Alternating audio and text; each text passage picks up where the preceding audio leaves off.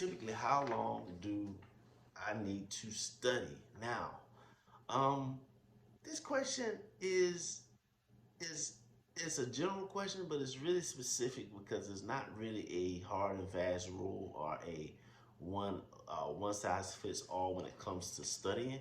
Like for example, as for myself, I used to spend a little bit more time trying to grasp concepts because I'm just a little slow. I needed to go through and make sure that I really understood things and really was able to grasp concepts. So what would take, let's say, an average student, the amount of time it would take an average student to do something, um, it would take me just a little bit more time just because I needed to see it, I needed to read it, I needed to write it. Okay, so for me, for me being an example, um, it took a little bit longer. But what I will say is, with the tactics and the systems that we teach, whatever you would have been spending on study time gets dramatically reduced because we have some things that we do in our guides and our courses and just our methodology that is going to just cut out a lot of the fat and a lot of the time wasters. So even if you need to spend a little bit more time on grasping a concept, you'll have that time. And it won't be eaten into other time that you need to be spending doing something else. So I I would say typically, um, you know, it's going to be obviously hours of study, but in terms of how many hours and the amount of hours it's always going to be dictated on your workload is always going to be dictated on how you're able to get through the material, and that's what we really help you with is figuring out a very strategic way to get through the material more quickly so you can spend more time like studying for the exam basically. So number two, how important is briefing? Now, this is a controversial topic for us because we feel like briefing is a something that has been indoctrinated in law school as something that needs to happen or you need to brief.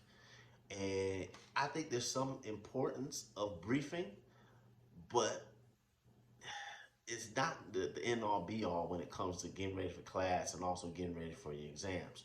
And so briefing has its place. I think it's a good initial mechanic to learn how to do and understand how to do.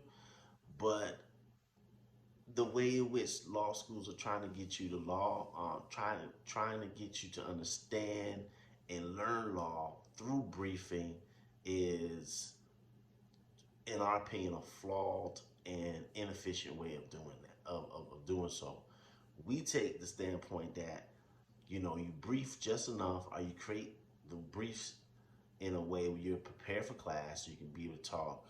Um, uh, you can be able to talk educationally, I guess you can say, about the subject matter, but we use briefs in a very unique way to build outlines and also start getting ready for your exams more quickly. And so our system of briefing is very different from what is taught in the traditional law school, but it just covers everything that you need to know and it touches everything that you need to know. So yeah, briefing is important, but how you brief and how quickly you can be able to brief also plays a huge role in being able to get the time that you need to do everything else. So we see a lot of times students spend entirely too much time briefing their cases and really not enough time studying the cases. So we'll talk about that maybe in another show. Number three, uh, when should I start studying for the exams? Now this is gonna sound funny, but you should start studying for the exams the very first week you're in law school. In fact, I would, um, I would make an argument that if you haven't started studying for your exams in your first week, you are very, very, very, not very, very, very, but you are actually behind in getting ready for your exams. And the reason I say this is because uh, the whole process of studying for the exam and getting ready for the exam is not it's not so much about you learning the material, but more so about you understanding and working on the skills of writing an exam. And so, as you learn, obviously, through week one, week two, all the way through, I think, week 16, um, that's just kind of like putting meat on the bones, or that's like kind of putting meat on the skeleton.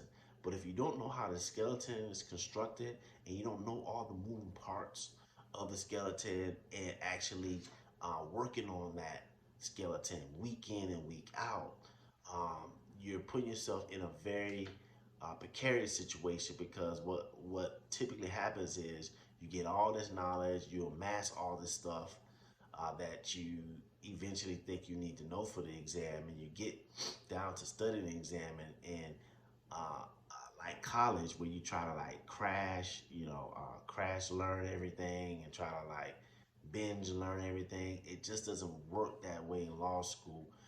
Yeah, you can memorize some stuff, you can memorize some laws, you can memorize some briefs and so forth and feel like you're prepared. But the most critical piece of it is actually know how to write the exam and make sure you know how the exam is scored. So we say that you gotta start. You have to start getting ready for your exam your first week. Now, granted, if you haven't started and you're in week 5, you're in week 6, 8, 10, whatever, you can still start. You can still start getting ready for the exams. Now, obviously, we have some resources. Go to our website. We can start getting you ready for it, and we can do some accelerated stuff that can at least inform you on what you need to do and get ready for it. So that's number 3. Number 4 is how important is my first year grades related to me landing a internship? This is key. I had a good friend of mine that I went to law school with. He um, he literally crushed his first semester, first year, his first year of law school. Really, his first semester, but definitely his first year. Because what happens as you start applying for internships in your second semester of your first year. So your second semester grades a lot of times are not out yet before you actually start applying for these internships. So I think he crushed his first semester. I think he had a good overall first year, but I think his first semester he did very well in his grades. He got like ranked in the top 10 of the class at the time, and he was able to secure one of the top internships um, offered that year to the 1L's. Now, funny, he went through the internship. He went through his first that summer. They paid him all kind of crazy money. This is crazy money to us at the time because we're like students in law school, whatever. Second semester, I don't know what happened. He just, he got busy with stuff. He got kind of like lackadaisical. But his second semester, he just did okay. And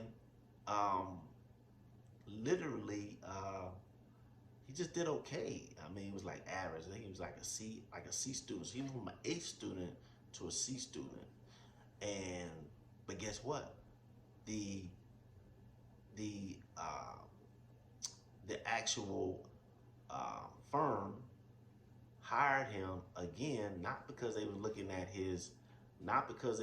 his first year, his second year law school grades. They were still judging him on his first year law school and how he did on the internship.